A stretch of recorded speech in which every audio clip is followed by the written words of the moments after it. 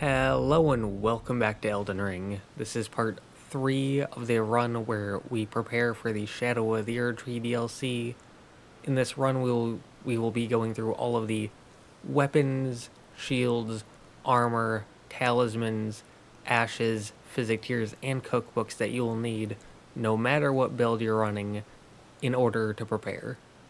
Last time we went through the Weeping Peninsula, and this time we will be starting at the Stormveil shack, where you can talk to this NPC in order to get a jellyfish spirit ash, which will be important for later in the run.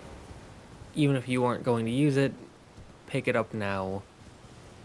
But starting from there, we can head forward, and quick reminder to grab those glowing skulls as they give you 200 runes for free. But heading up and following the path, there are lots of enemies here, and there's a ballista here as well, which I'm going to be ignoring for the sake of time, as going through an entire area tends to take a bit, and I don't want to spend too much time on combat unless there's a point to it. But here, as you can see, there's a site of grace, and on the road there is a Ash of War that goes by Wild Strikes. It is popular for some people, and so if you want to get that, you can get it there. But here, there's a summoning pool and a summon for the Sorcerer Roger, in case you'll want some help on this fight, because this is a boss fight. And this is the first main boss that goes as far as having his own cutscene. And many people know this boss to be pretty difficult. They jump backwards a lot. They have a lot of delayed attacks. They have a lot of very fast attacks and long combos. So you may find yourself struggling against them. Thou art of passing skill. Warrior blood must truly run in thy veins. Tarnished. But as you can see here, the square off Ash of War is quite good, especially against this boss. Every 2 of the heavy square off is enough to knock him down for a critical hit, which can make him a lot easier to fight. I shall remember thee, tarnished, smouldering with thy meager flame. Cower in fear of the night. The hands of the fell omen shall brook thee no quarter. But as you can see there, beating him gives you a talisman pouch, which allows you to equip a second talisman. So you can equip any one you want. And off to the right here, there is a small little side path with some items, but there's nothing too special, so I'll point it out, but I won't spend any time going down there during this recording.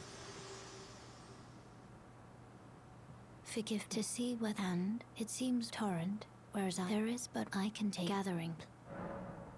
So, beating him lets you go to the round table hold, Very well, let my hand. which I would highly suggest doing this, and you can actually skip or go here early without beating Margit by heading to another region, like Liurnia of the Lakes or Caelid. But either way, you can get here one way or another. This is how you're supposed to do it. And there are lots of NPCs here to talk to. Oh, then I can't. Very well. It is. Allow me a word. You, a housekeeper. Remember you. There's nothing. So, I would suggest talking to all of them and listening to their dialogue. But there are 3 NPCs that we care about here now. The first is Corin. Oh, welcome to I teach and explore so that one day ensuring. By the way, you do. Most time you are, well. So, he sells you incantations for faith builds. And there are a few that we care about. The first is Heal. This is very good because it heals you. Then there's Cure Poison, which cures poison. Pretty decent. Then there's also Flame Sling and Catch Flame, which are two damaging options. One Flame Sling being May the golden a bit ranged. The second is D. He's the one who told you not to kill the Tibia Mariner, the one who drops a death root. And he wanted you to go see someone. Well, just as long as go to killing though is a path. So if you took that teleporter and you talked to the Beast Clergyman, then you would be able to purchase 2 incantations off of him. But the third NPC of note is down this left path. It is the Twin Maiden Husk. They sell you a memory stone, some stone sword keys, and an assortment of basic weapons, the heater shield, and the knight set, which is a pretty good early set if you're willing to drop the runes for it. So, if you're looking to try out different weapons, they're a pretty good source to get a good selection for relatively cheap. But the fourth and final NPC we care about is Hugh here. He allows you to upgrade your weapon past +3. I know how to English. But going through Limgrave and Weeping Peninsula, I was able to get 12 Smithing Stone 2, allowing me to get my weapon to +6. So, pretty good. That gives you some more damage. And from there you can head to Stormveil Main Gate. And again, I would suggest talking to all the NPCs, but I'm not going to do that just for the sake of time. But here, Main Gate is closed. Come over here, would you? It's tight. The guard, you'll breach the... Here you're given 2 choices. Very well, where you go off to the left, taking the back way, or you'll use the main gate, heading through the main gate. I'm going to go with very well. Yeah, your type. Now, if you want to go through the main gate, that is perfectly fine, and that is a valid path to go. But I personally go through this way pretty much every run for 2 reasons. The first is that it's a lot easier, and the second is that it's easier to get very good rewards. So jumping up here, you can get a Smithing Stone 2 in case you didn't have the 12, or in case you're using more than one weapon. And there's also a Site of Grace here. And there's also a summoning pool here. In case you don't know, those are an online thing that will allow you to get more help. So if you're struggling to get through an area, look for those. They tend to be around hotspots with lots of areas, or lots of enemies, or a boss. And they tend to be right next to a Site of Grace. And there, as you can see, there's a new enemy. These are called Warhawks. And a lot of people have trouble with this enemy, as they are fast, they are maneuverable, they can hit you and then get out of dodge before you can hit them. And here, you might not be able to see it, but there are actually 3 of these enemies. And so I would suggest using a bow or a crossbow, throwing knife, kukri, any ranged option you have, really, in order to pull one away. And as you can see, while these enemies can be very difficult, if you have a decent shield, guard boosts or guard counters, very, very powerful. And you can take out these 3, and that will reward you with a smithing stone 3. Though only 1, and you need 2 to get the first upgrade. So, in case you don't know, you need 2, then 4, then 6. But there, we can run past the site of grace we just recently lit. And here you can get a shield that you can sell, because it is probably not as good as the other shields you've gotten up to this point. But continuing on, there's some items, there's some enemies, and here you can go forward or up. Up is progress, but I'm going to go forward for 2 reasons. The first is this enemy. As you can see, he's holding a great axe, and just like the axe we got in Weeping Peninsula, this is another good one. And I was lucky enough to get it this time. First kill. So this is the Crescent Moon Axe. It has relatively reasonable requirements.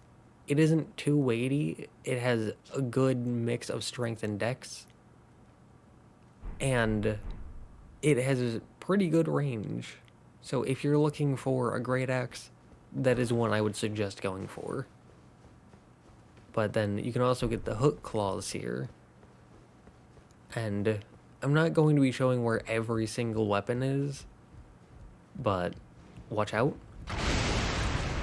But I will be showing where the first 1 or 2 weapons in each weapon class are, along with very special or powerful weapons.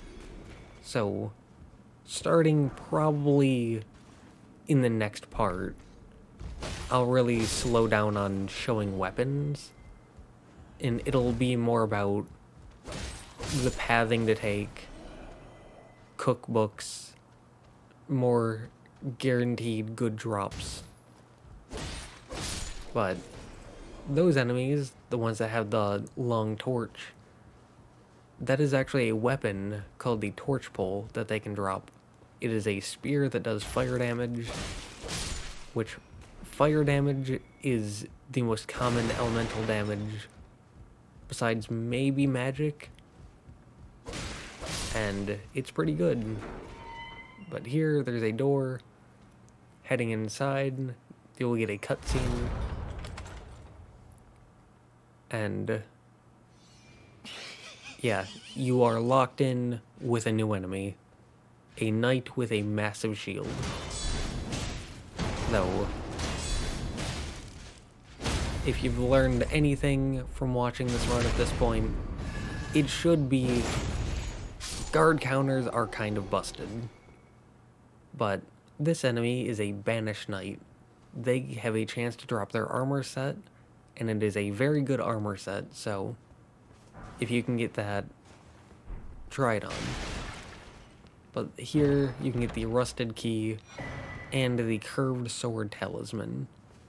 So the curved sword talisman increases guard counters, and since guard counters are so powerful, having a talisman that makes them even better is definitely worth getting. And this isn't something you would get if you had gone the main path. So that's part of why I go down this side path. Dropping down and using that rusty key to open this door, we can now head up this ladder.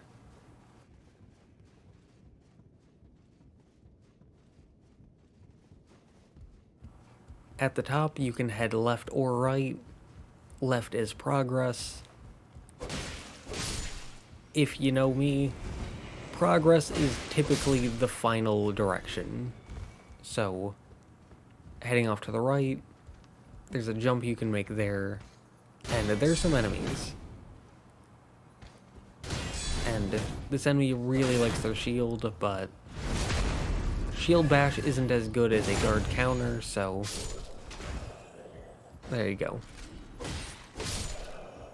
But continuing on, past those enemies, is the brick hammer. Another great hammer. If you don't remember, we got one at pretty much the very end of part 1 where we went through the main limb grave. So, if you didn't find that, or if you want something that's an actual hammer and not just a log, there you go, that's another option. But heading off to the left now, watch out for the ambush. And heading forward, there's another enemy. Take them out so they don't grab you from behind. But here, if you go forward, there's an item that you can get. You can see it looking down there. And you can move over here and drop down for another item. But they aren't super important. And I'm not going to be grabbing them just for the sake of time. But here, if you're a little patient, you can get an easy backstab on the Banished Knight for some pretty good damage. And yeah, these knights have some unique storm attacks that you should watch out for. But another Banished Knight, another chance to get their armor set. Heading up the stairs, you can continue forward, and you can get a Set of Grace here. And you can take this path north, or you can take this path to the south-southwest. I'm going to be doing both paths to show you, but we're going to be taking this path first. And moving forward, you might see I took a bit of chip damage, so I'm missing a small piece of my health. But the Blessed Dew Talisman gives you 2 HP a second passively. And that's probably not going to save you in the middle of a fight, but that's not what the Blessed Dew Talisman is for. It's more for exploration. Just to smooth over that chip damage as you're going through an entire area. Or to smooth over the chip damage of having a shield that doesn't do 100% physical block. It's good for both. But here, you want to jump onto this platform, and this may seem a bit scary not having a lot of room to move, but I believe in you. And over here, you can get a stone sword key. And dropping down, this is a variant of the Warhawk. It has some fiery explosion attacks, and it has significantly more health. So, it is more dangerous. But again, I believe in you. And as you can see, we took a chunk of health, of damage. But here, we can jump onto this corner, don't fall, and it may kind of seem like you're going out of bounds, like this is some kind of glitch, but I can promise you it's not. There's an item here. It actually gets you 2 smithing stone too, so this is an intended thing. It is an intended path that you're supposed to be able to take. But dropping down, you can move forward and jump onto this broken pillar to continue on this side path. And take these corners slowly, as 90-degree turns like that can mess with your camera, and they can end up throwing you off the map. So just be careful. But here, as you can see, we're almost back to full health until we took some damage. And now we're at half health. And so we're going to do something. We're going to guard counter. as you can see, our health bar was perfectly level with our FP bar. But we do 2 guard counters, and thanks to the Assassin's Crimson Dagger, we're almost back to full health. So, yeah, these health regeneration talismans, especially mixed with guard counters, are very, very good. But from there, we can head up this long ladder onto this heightened area, where you can get the Claw Talisman. This enhances jump attacks, which jump heavy attacks, especially two-handed, are very good alternatives to guard counters, in case you don't like guard counters. So, very good to have. And from here, you can drop down. And take note that we are full health. We were below half health, we are now back to full health, without using a single flask of Crimson Tears. So, these talismans are very, very good for your survival. But here you can drop down there, or you can move forward here. Both ways are viable. I'm going to go this way as it shows more of the map. But here, again, guard counters are very potent.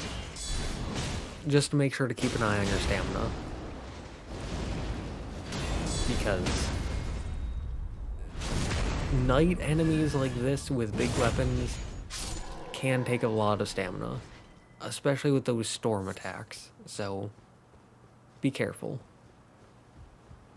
But heading past them, we are now above this courtyard area full of enemies. And heading here, we can take out these 2 enemies. And this item is a cookbook. I would suggest not picking it up. But that opening over there, if we zoom in, that opening has another site of grace. And it is the next site of grace, actually. So you can just jump over there and beeline there if you want to get to the end of the area as fast as possible. That is definitely viable. But I'm going to continue heading through the area relatively normally to show most of the map and to show all the good items. And here, there's another one of these Great Axe enemies, so that way you have another chance to get that Great Axe. Again, I was lucky enough to get it first try, but not everyone has that kind of luck, so here, there's a knight. But around this corner is a second knight. This is kind of a trap. So I would suggest standing close enough to get their attention, but not close enough to get the second one's attention. And then you can lure this guy back, so you can have a proper 1v1. And that will be much better for your health. As you can see, we lost a chunk of health, but we got it back with Assassin's Crimson Dagger. And here, we get the Halberd. So yeah, on top of their armor set, they can also drop their weapon. The Halberd guys can drop a heavy halberd. These sword guys can drop a great sword and a decent shield. So, good weapons, good armor, but it is a random chance drop. So, I wish you the best of luck in that. But continuing forward, we can take this drop down, and there's a long path with very few enemies at this point. But you can get some arrows, which is useful for a bow. And here, you can drop down, and there's a enemy on a ballista. Another drop down, another 3 enemies, all on ballistas. Though, strangely, these 5 ballistas all seem to be pointed in the wrong direction, considering we were able to walk up behind them. And there is a reason for that. So, moving forward, as you can see, there are a lot of enemies. And I mean a lot. But moving over here, there's a giant gate. And all the ballistas happen to be pointed at that giant gate. And here, there's a lever you can push to open, again, that giant gate. There's also a Site of Grace there, and a Garb here. But dropping down, it's this guy again. Oh, only perhaps. So from him, you can purchase the Cestus, a fist weapon, the buckler, and the bandit set. So, if you want that, it's there. But this is the beginning. This is the gate that I said is viable, but I don't go down. And maybe now you can see why. 5 ballistas all pointed at you, and then a ton of enemies, being a mixture of these archer enemies and the great axe ones. So,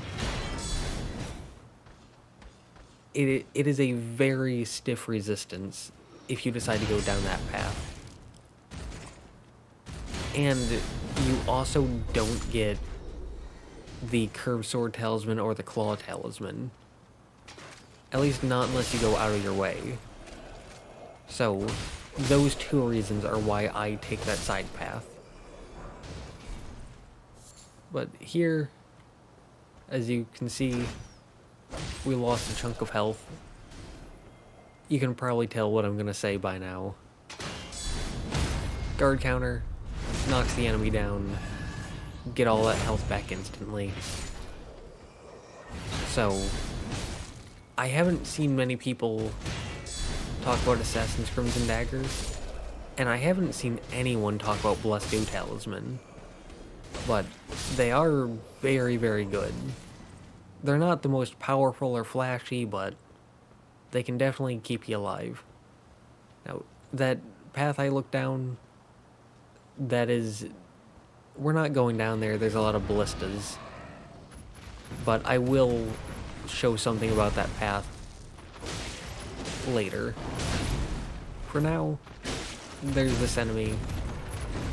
Very big, very aggressive. A decent chunk of health on them. They do a decent bit of damage. And, as you can see, I finally took a sip of the flask. So, Blessed Dew Talisman won't save you from a tough fight like this. But, as I said, that's not what it's for. It's for exploring the area. But that enemy is dead, and that is a one-time only enemy, so they will not respawn. But heading through here, there's a Site of Grace, and this is for if you want to go down the main path, or for if you want to go across this bridge, which isn't useful now, but will be useful later. And here there's also the Bolt Drake Talisman, which gives you a slight increase to bolt damage. I'm not going to be showing where the main ones, or the base ones are. I will be showing where the +2 versions of all those are. But I decided to pick that up just because it was on the way. But now heading back to this Site of Grace, don't forget to level up, because you might die, and if you do, some of your runes get taken by the merchant guy. Some people kill him for that, so you may want to do that, but that means losing him as a merchant. And here, it's more of these Warhawks, just the normal ones, not the upgraded versions. But they also have bombs, so be careful. And as you can see here, there's 2 barrels. You might want to break those. And here, 2 birds show up. The second one has a chance to kill the first one, which is what I was hoping would happen. Sadly, didn't happen this time. But as I will continue to reiterate, guard counters are very powerful. Now here, if you go to the left, there's a drop down, and there's a shield down there. There's, I believe, an Ash of War, and there's a Crucible Knight, a very difficult enemy, but very fun to fight, and killing them will get you an incantation. Though I'm not going to do it, just to save some time. But here, Fire Pot. Yeah, there's a bird in waiting with an explosive barrel. But there, we get a smithing stone too. And many people say that crafting in Elden Ring is useless, which it could definitely be a lot better. Especially because, like, why get bone darts when you can just purchase throwing knives? And why craft arrows when you can just purchase arrows? They're pretty cheap. But things like fire grease, blood grease, these pickled turtlenecks, exalted flesh, fire pots, fetid pots, rainbow stones, furl culling, finger remedies. There are uses to the crafting. You just have to be willing to explore your options. And that's why I'm pointing out some of the cookbooks. And why I'm saying don't get certain cookbooks. Because you don't want to overcloud your inventory with useless things. But here's an NPC. Ah, the pleasures I'm looking when I'm not hot, but enough about this place. Not exactly a... I see, you can see. Well, I'm Tani, but still, I'm privy to... Would you care to look as a fellow From him, you can purchase 3 magical Ashes of War, if you care about those. But yes, that is the same Sorcerer Roger that you could summon to help you against a Margit. So, same guy, and I would suggest talking to him as he does have his own quest that intermingles with several other quests. So, I'd suggest talking to him. And here we got Torch Bowl, that weapon I briefly mentioned before. The long spear that does fire damage. So, I was lucky enough to get that as well. But, bring down the knight. No weapon, no shield, no armor from him, but considering I got the Great Axe first try and the Torch Bowl there, I'd say that I'm doing pretty okay on luck. I hope that you're doing pretty okay on luck as well, if not even better. But off here to the left, there's another opportunity to get the Great Axe. I wish you the best of luck in getting that, if you desire to have it. But continuing on, through this, there's another one of these banished knights. And it may look like there's very little room because of the tables and the chairs, but you can break the tables and the chairs simply by rolling into them. So you actually have a ton of room in this room. And again, guard counters, the knight very easily goes down. And in this chest is Mimic's Veil. If you've played the Dark Souls games, this is basically this game's version of the Sorcery Chameleon. It allows you to turn into an item of the environment for some FP. And as you can see, I just got the Banished Knight set. It has very little practical purpose, but it's something I enjoy a lot. But there, as you can see, we jumped over that side path with the bags, and heading through there, off to the left here, just before the drop, is a short ladder up onto the rooftop, and you can head across and down to get access to this area. In here, in a chest, are a few pickled turtlenecks. Again, those increase stamina recovery speed. Very good for fights. And you also get a stone sword key if you're not much of a consumable item fan. But here, enemy, and they really like to shield bash, so be mindful of that. It doesn't do much damage, but it does a lot of stun. But continuing on through there, you may see a big enemy in the background. That is a grafted scion. I wouldn't worry too much about them. Here you can get the Highland Axe, a normal axe with some pretty good range. And then here in the back left side of that room is a door with 2 dogs. And so we're just going to take care of them. And here you can get Chrysalid's Memento. And from there we can leave and take a left to get this elevator.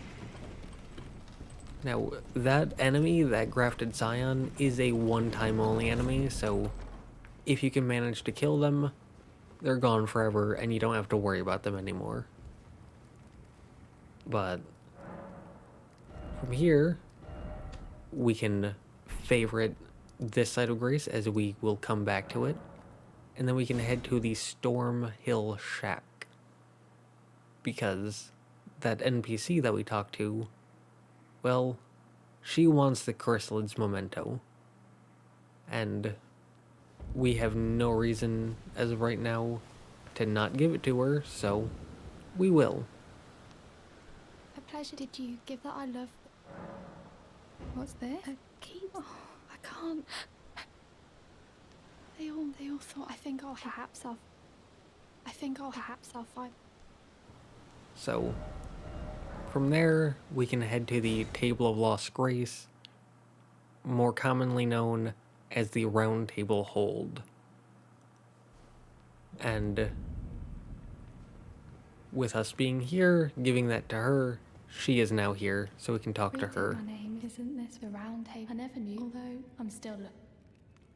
Oh, please allow for giving me that. It was. You have my. And giving her the Chrysalid's Memento rewards you with a golden seed. And then we can talk to Hugh again.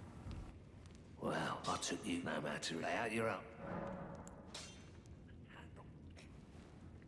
The girl, she's crazy. She has it. I saw in her eye. So, you can go back and forth between these two NPCs, talking to them about each other. You'll tell. I don't believe. If I do, I suppose I'll ask. Certainly, I know I can tell. One more to go, and then we'll be good. Back all no matter. The girl. Are you out? Who's absurd? I refuse. I don't dare. If you're not a fan of this endless back and forth, this game has a decent bit of it, especially between those two. But we're done with it for now, and that NPC now moves over to here. Good to see. I have you to thank. I can have. I'm as. But and if they, well, I said Roderick. And she will now spirit tune for you. This allows you to take Grave and Ghost Glowworts, along with runes, in order to upgrade your spirit ashes, giving them more health and damage. And so, if you use spirit ashes, this is a pretty good development.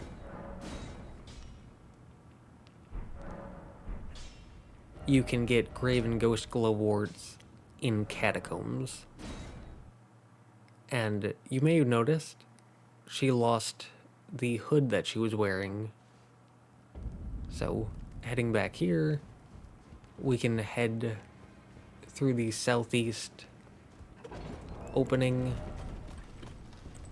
And here, take note, we have 5 stone sword keys that will be pertinent in a minute. But heading back to where these dogs are,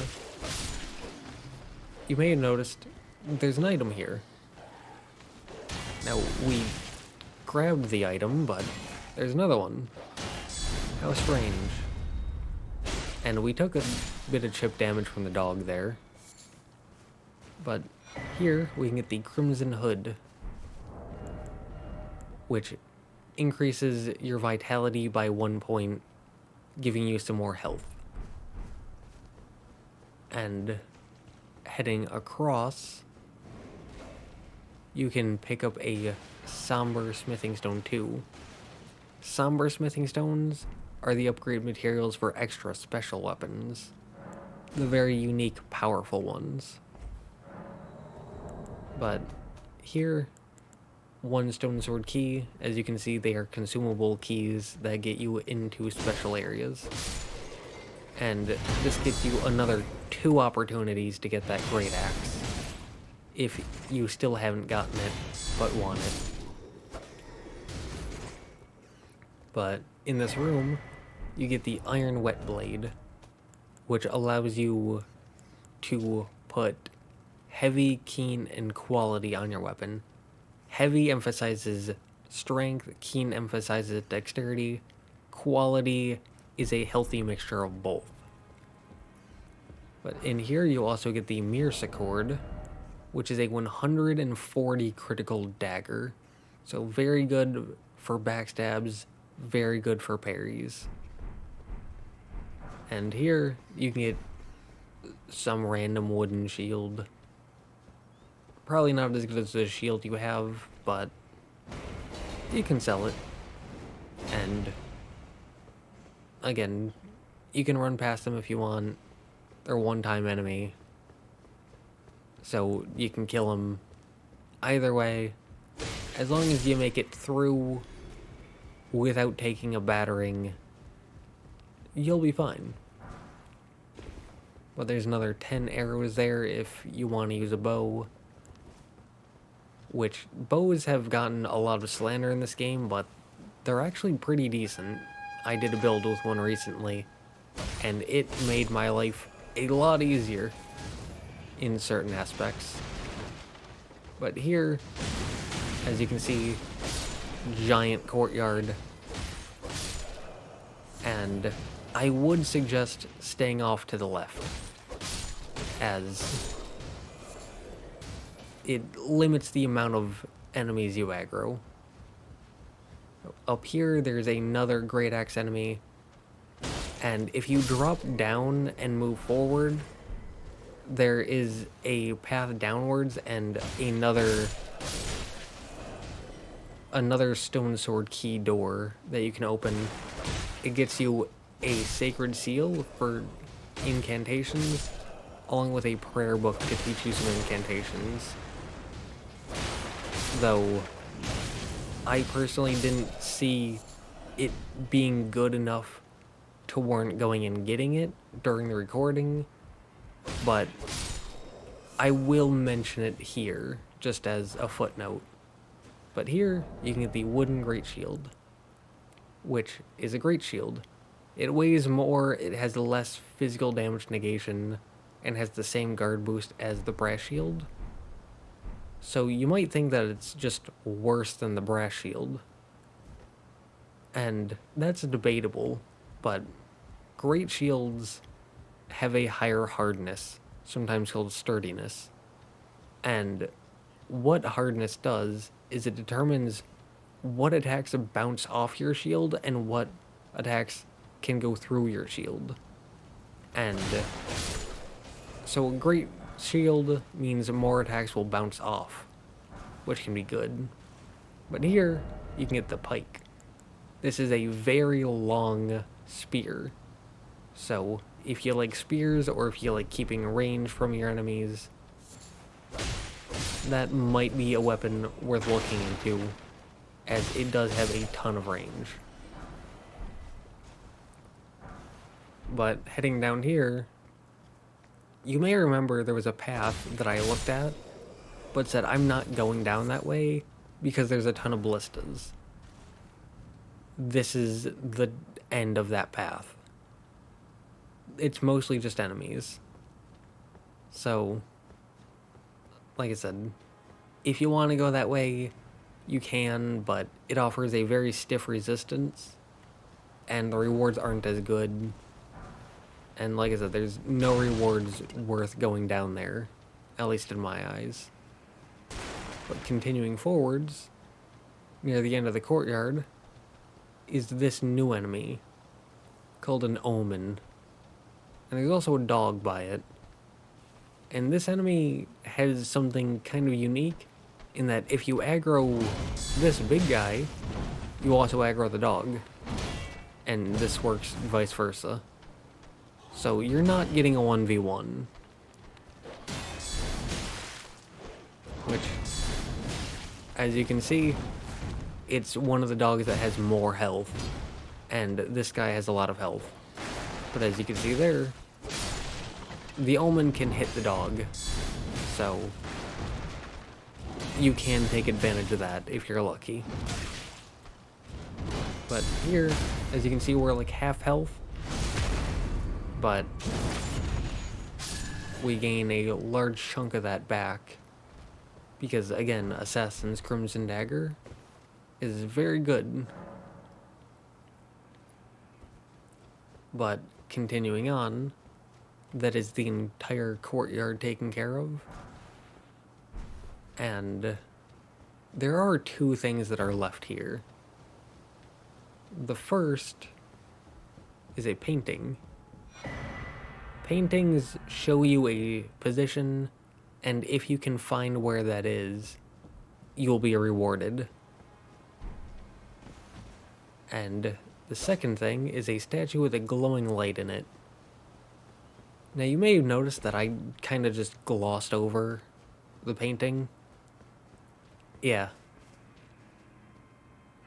It is, I'll give you a hint, it is in Weeping Peninsula, near a church, and it gives you the War Hawk Ash.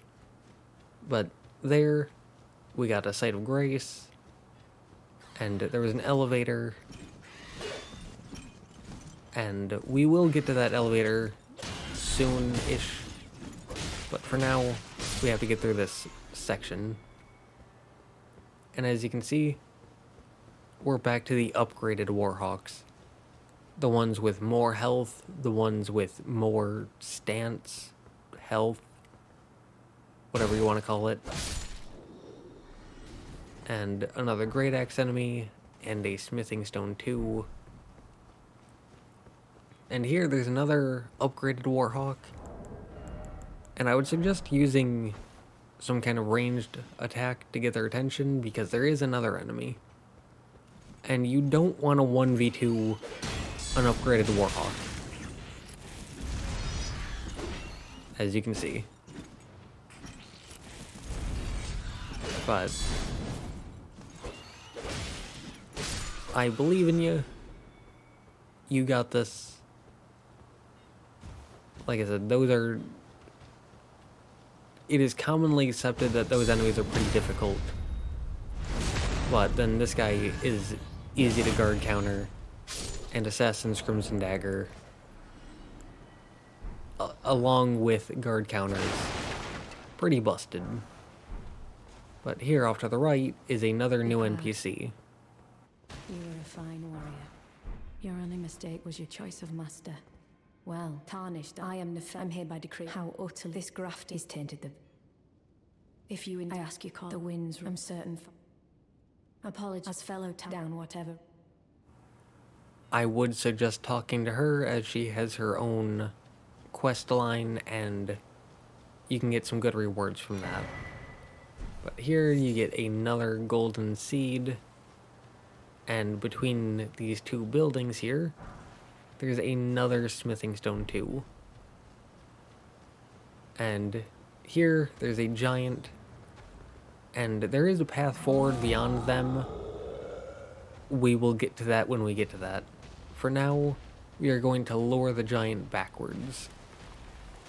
And you may think of this as cowardice, running away from the enemy.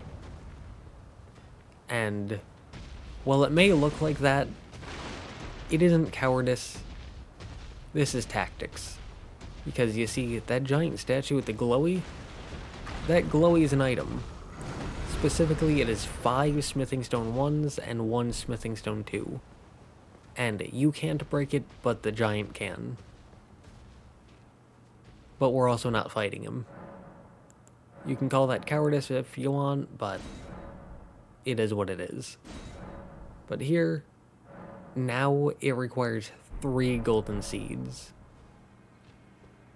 Assuming you've got up to 8 total flasks. And I didn't show it, but I did get one from the Fringe Folk Hero's grave. So, taking out the boss there will get you one. Or you can make up for it by just starting with one as the keepsake. That also works. But heading up this elevator and then down this path, there's a scarab, gets you the Ash of War Stormcaller, and then running forward, there's a Site of Grace. But to the right, there's the giant. So, if you don't care about the rewards we got going through the Warhawks, you can just take the elevator to make it through quickly. Or, if you're willing to fight the giant, you can get those rewards without fighting the Warhawks. Which, that is absolutely valid. This area has several ways of making it to pretty much wherever you want to go. The area was masterfully designed. And that's part of what makes FromSoft so beloved, is their absolutely unmatched, incredible level design, shown very well here in Stormveil Castle. But here, there's 2 new enemy types, the small jars and the big jars. And going through all them, you get 2 cracked pots. These are required to make fire pots, fetid pots, so on and so forth. So those might be very useful, those might be completely useless. It just depends on how you view the crafting. But this walkthrough is for every kind of build and playstyle, so I have to cover them. But continuing on through, we can do a few hops. We can take 3 right turns in a row and a jump to get 3 smithing stone 2. And then we can continue on, and nothing super important in this part, just some more items that you can pick up. But continuing on, you'll then run into enemies. And I mean a lot of enemies. Like, a lot of enemies. An enemy that might look familiar if you saw a certain merchant early on, one that tried to guide you. Take that as you will. Also take the the Manor Tower Shield. It is a direct upgrade to everything. If you can withstand the 30 strength requirement and 16 weight, it is the best shield there is up to this point. So, if you're looking for a very good shield, there you go. But here, you get a message from Sorcerer Roger, along with 1 smithing stone 3. If you remember, we got 1 smithing stone 3 near the beginning. We get another one here. That allows you to get 1 more upgrade. But continuing on, if you head off to the left here, there's a shortcut door that leads you back to the lift side chamber site of grace. So, in case you die, you can head back there. But this area is entirely optional, but it is well worth it in my opinion. And there, as you can see, bats, and they might look intimidating because they're a lot bigger than real life bats, but they go down pretty easy. And if you see them like open their feet like that and you hear a clicking noise, get out of the way because that is a grab attack and it does a lot of damage. But continuing down, there are 3 smithing stone 2 there, and some more drops, another item, and now there's some rats. Watch out, because if you don't have, or if you haven't hit that 51 poise break, rats can pretty easily stun lock you if you're not careful. So, have 51 poise or be careful. Your choice. But here, we're down a chunk of health, and right back up to full. Again, guard counters, Assassin's Crimson Dagger, very good combo. And here, you get the Sorcery Rancor Call. This requires both intelligence and faith. It's not super special or spectacle, but at this point you probably don't have a lot of options and it's not bad. So if you have some faith and you're using sorceries, that might be an option to consider. But here, this is one of the main reasons why we came down this way. Because this is an ulcerated tree spirit. It is a very large, chaotic enemy that can hit pretty hard. And if you're new, they might be very scary. They might be very difficult. But they are almost synonymous with being the enemy that drops golden seeds. And so if you're looking to get more flasks, then you want to take these guys out every time you see them. Because they are definitely worth it. And as you can see here, they go down. You get nearly 5,000 runes for taking them out, and a golden seed. And they were also protecting a stone sword key. So, as I said, very much worth it. But even more than that, there's a blood stain, which shows Sorcerer Roger dying. That is important. And you get the Prince of Death's Pustule, which is a talisman that increases your Death Blight resistance. So good for going up against Death Blight. And there's also this thing. It is important to see this for Sorcerer Roger's quest. So look at it, and then you can head back to the secluded cell if you want. Or you may find it better to head back to the Round Table Hold.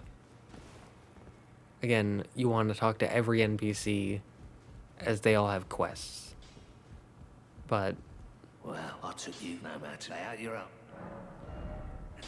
we got 2 Smithing Stone 3s. That means another upgrade. And as you can see, just going through Stormveil Castle, we got 12 Smithing Stone 2s, which is precisely how many you need to get a weapon from +3 to +6. So, if you followed the path that I went, getting all those items, then you should be able to get a weapon to +7. And you can also pop or sell all those golden runes to get possibly another level or 2. But whether you want to do that or head straight to the secluded cell, either way you can end up here, and you can summon Nephili Lu if you want help with the boss. And just like Margit, this is another main story boss that even gets their own cutscene. And just like Margit, you may find this boss to be pretty difficult, especially since this is the first boss where you really need to jump to avoid some of their attacks. And some of their attacks, you need to run away. So you need to roll, you need to back up preemptively, you need to jump, you need to run away. So this boss has a lot going to them in terms of things you need to keep track of and different attacks that they have.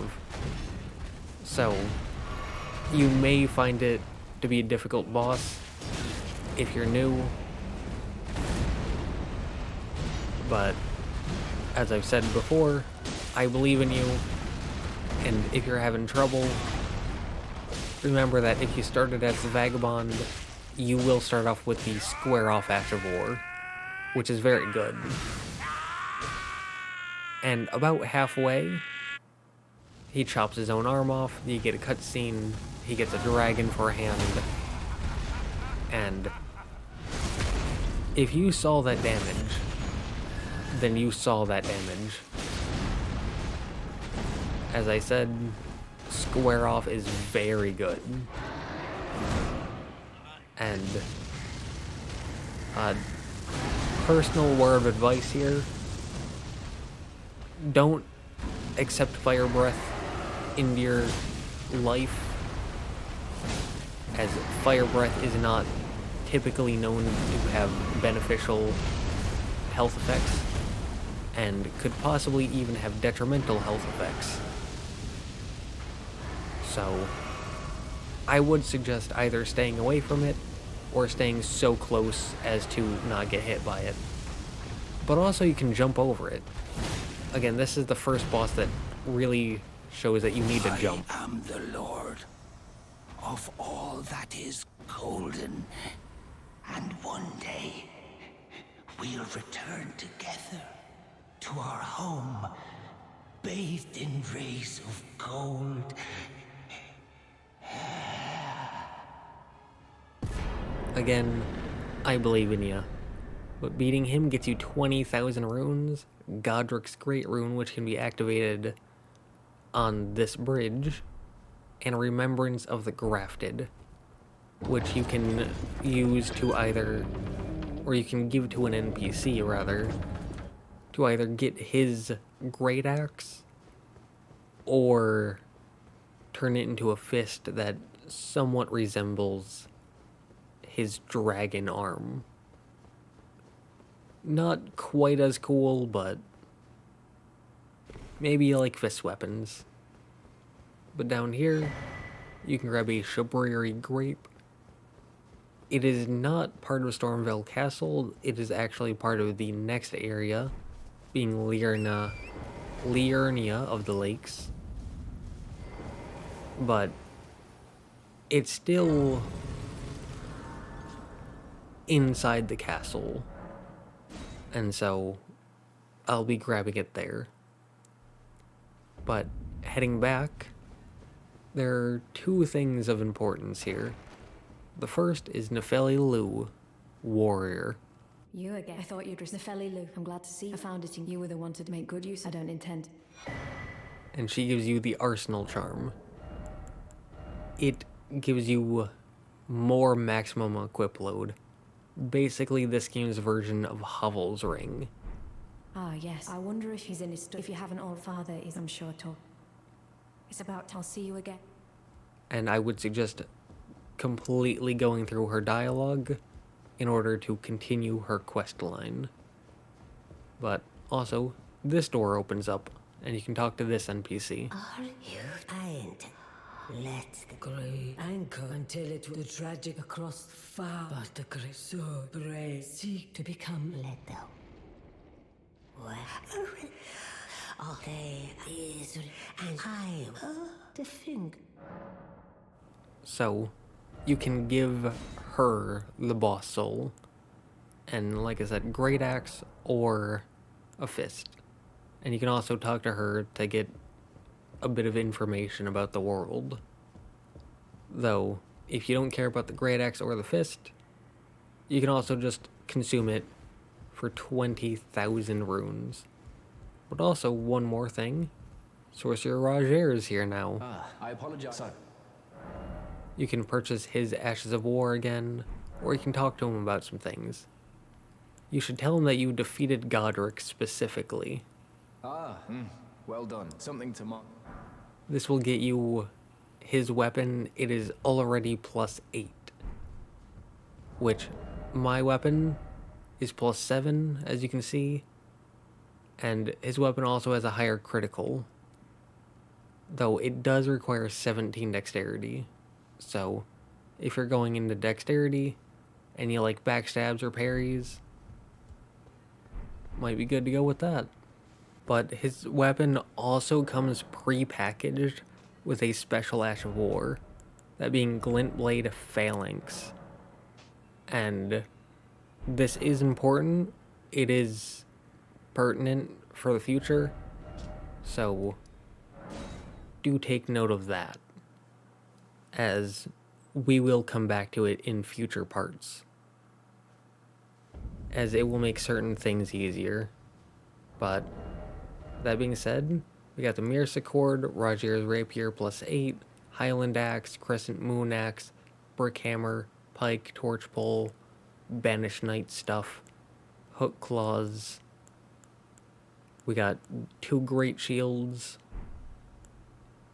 We also got the Crimson Hood, and I showed how to get the Banished Knight armor, even though I didn't get it going through.